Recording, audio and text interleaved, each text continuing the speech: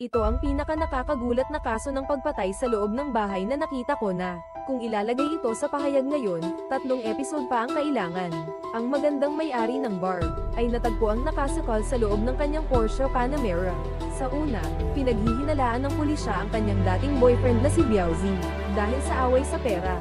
Pagkatapos makuha ang CCTV footage, nakitang nagmamaneho si Biaozi ng kanyang Mercedes S papunta sa highway.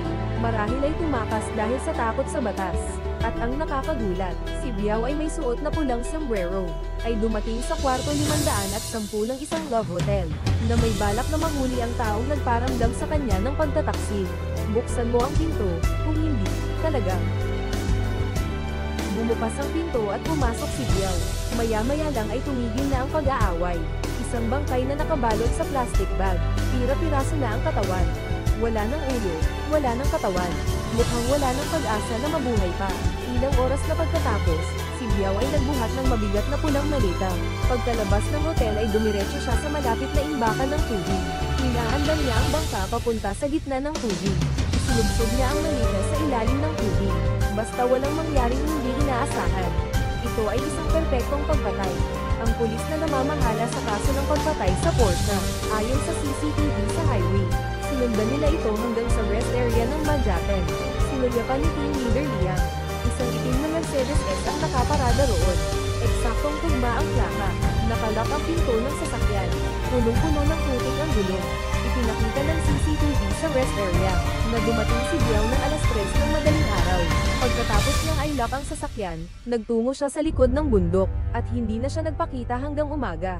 Natuklasan ni Kuya Kwan sa investigasyon na isang dead end ang likod ng bundok. Mayroong isang 4 na metrong taas na pader na may disenyo ng siyam na dragon. Maliban na lang kung kayang tumalon gaya ni Zhang Guowei, hindi kayang akyatin ng isang ordinaryong tao. Sinubukan niya ito ng buong lakas, na para siyang butiki na nakadikit sa dingding. Nagsisilbing panangga ang mga siwang, kaya naman nahirapan siyang umakyat sa pinakamataas na bahagi ng pader. Kahit na matulin si Kuya Kwan, hindi maiwasan ang pagkapaso ng kanyang mga palad at pagdurugo.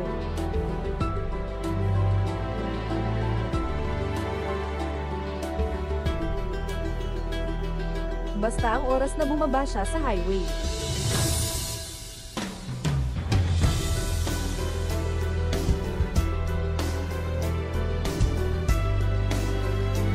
Lubhang nalilito si Kuya Kwan, kung bakit 3 oras na nanatili si Biao sa tabi ng reservoir.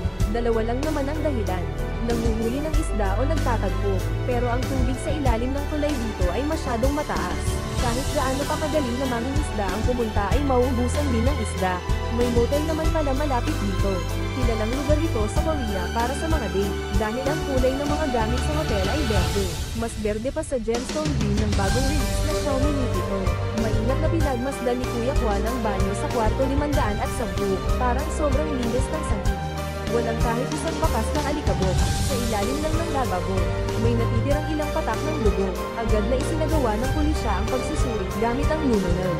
Sa ilalim ng ultraviolet light, makikita ang mga mantsa ng dugo na nakakalat sa lahat ng dako. Halata sa mga madalas mag-dismember ng bangkay. Dito mismo naganap ang pagpatay.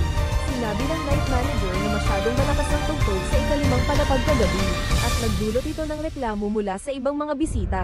Malinaw na ito ay pantakip ng salarin sa ingay habang dinidismember ang biktima. Walang katao-tao sa paligid. Ang tanging mapupuntahan lang ay ang imbakan ng tubig. Dumating si Kuya Kwan sa isang damuhan ng mga tambo. Sinundan niya ang mga marka ng gulong ng malita, at nakakita siya ng isang maliit na bangka. 7 o 8 miyembro ng search and rescue team ang sumisid para mangisda. Saglit lang, itinataas na nila ang malaking pulang malita. Isang amoy ng bangkay ang sumabog sa ilong.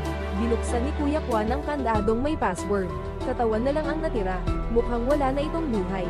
Naniniwala ang pulisya na posibleng pinatay ni Biao ang dating kasintahan niyang si Lee Mei-in. Tapos pinaghiwa-hiwalay ang katawan niya, at saka isinilid ang sarili sa kahon, at inilibing sa ilalim ng tubig para magpakamatay. Ngunit ang criminal profiler na si Yin Yanuo, naniniwala akong iba ang tunay na mamamatay tao. Pumasok siya sa silid 510, gumawa siya ng isang reenactment.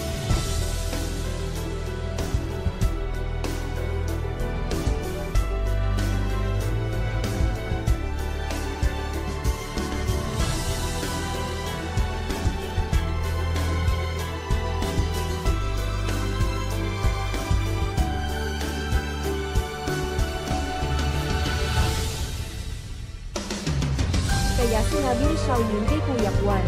Ang mga piraso ng bangkay sa kahon ay malamang na si Biaozi na hinahanap ng pulisya. Pagkatapos ng DNA matching, ang bangkay niya ay si Biaozi. Ang sospek sa pagpatay ay naging biktima rin pala. Naguluhan ang mga pulis. Tinawagan nila ang asawa ni Biao, si Ate Shu. Naluluha si Ate Shu nang malaman ang pagkamatay ng kanyang asawa.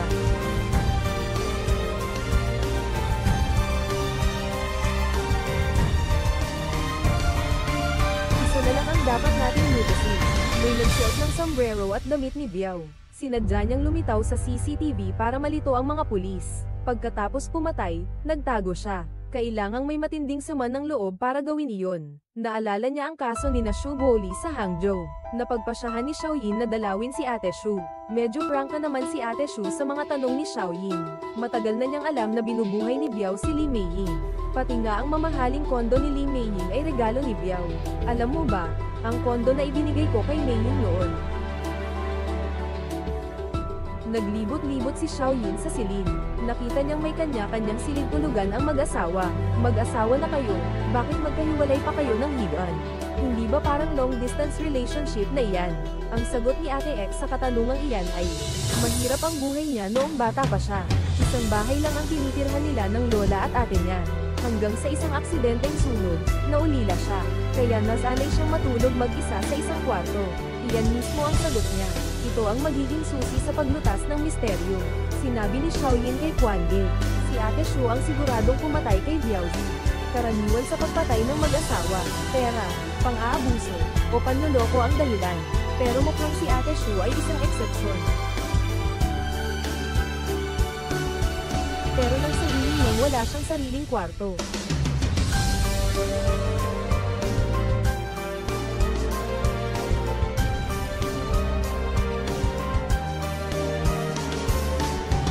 Kaya pala wala siya.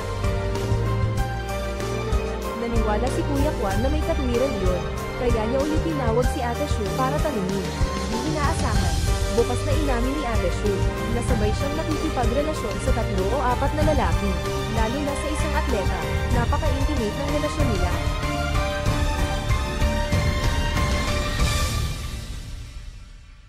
Agad na nagbigay si Ate Shu ng sariling teorya. Ayaw makipaghiwalay ng atleta. Kaya malamang dahil sa selos pinatay niya si Biaozi. Gusto ko lang maging siya lang ang lalaki niya. Nahanap ni Kuya Kwan ang isang atleta. Ang pangalan ng lalaking ito ay Lu Kaiyu. Nagtuturo siya ngayon ng tennis. Napakaganda ng ugnayan niya sa mga babae. Ang sinabi ni Lu Kaiyu ay kabaligtaran. Sila lang ni Ate Shu ay naglalaro-laro lang. Si Ate Shu ang pumatay kay Biaozi. Gusto kong maging siya lang ang babae niya. Pagkatapos ng background check, nakatiyak si Kuya Kwan na magkasabwat ang dalawang ito. Ang sugat sa palad ni Lu Kaiyu ay sinabing dahil sa paglalaro ng tennis. Pero ang pwesto at laki nito, mukhang dahil sa pag-akyat sa 9 Dragon Wall.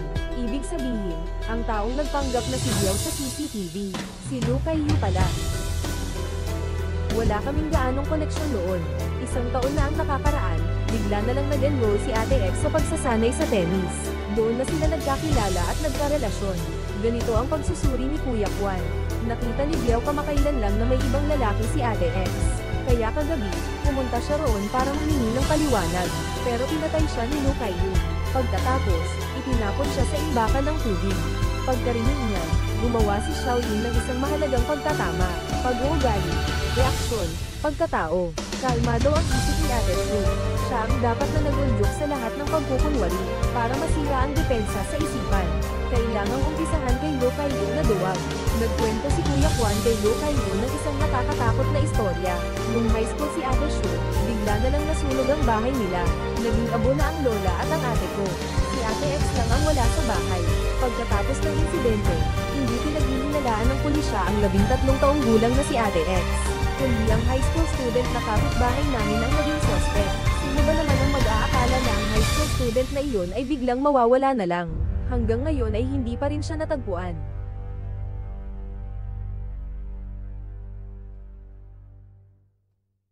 Hanggang ngayon, ang mga taong may kaugnayan kay Shu Liangzi, ang linyang iyan ang nagpabagsak kay Lu Kaiyu. Naalala ko pa ang lakas ng loob ni Ate Shu sa pagpuputol ng laman ng tao. Noon din ay nagsusuka siya dahil sa pagkadiri. Ngayon naman ay gusto na naman niyang magsuka at mag-diarrhea, dahil sa pag-amin ni Lu Kaiyu. Ang pulisya ay nakahukay sa gubat malapit sa dam ng ulo ni Biao.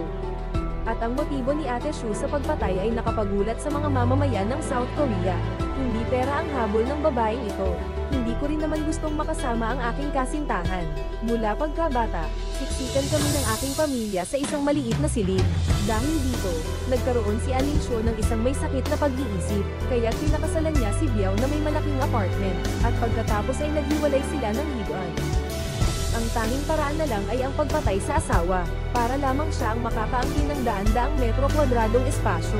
Sa gayon, ang kaso ng pagpupugot ng katawan ay tuluyang nalutas. Ngunit hindi pa tapos ang suspense. Pag-uwi ni Xiaoyin mula sa istasyon ng pulisya, may natanggap siyang sulat sa kanyang mailbox. Isang piraso lamang ng palaisipan ang laman nito. May ilang guhit na pula ang nakaguhit sa clown sa palaisipan. Malinaw na ang clown ay kumakatawan kay Biaozi na pinagtira-piraso ang katawan. Ang kakaiba ay ang bilang at pwesto ng mga pulang guhit, eksakto sa katawan ni Biaozi. At saka ang piraso ng palaisipan na ito at ang pangalawang piraso ni Ling Mei. At pati na rin ang una, 10 taon na ang nakakaraan, ay bumuo ng isang larawan. Ano kaya ang pakay ng nagpadala ng palaisipan? May kaugnayan kaya ang misteryosong tao na ito at ang tatlong pagpatay? May koneksyon kaya ang mga ito? Yun lang po muna sa ating pangalawang video ngayong araw ukol sa Blood Puzzle. Hanggang dito na lang po muna. Gustong gusto ninyong subaybayan ang seryeng ito. Sana po ay I-like, I-save, at I-follow ninyo kami. Sa susunod nating pagsusuri ng kaso ng pagkamatay, magkita-kita tayo.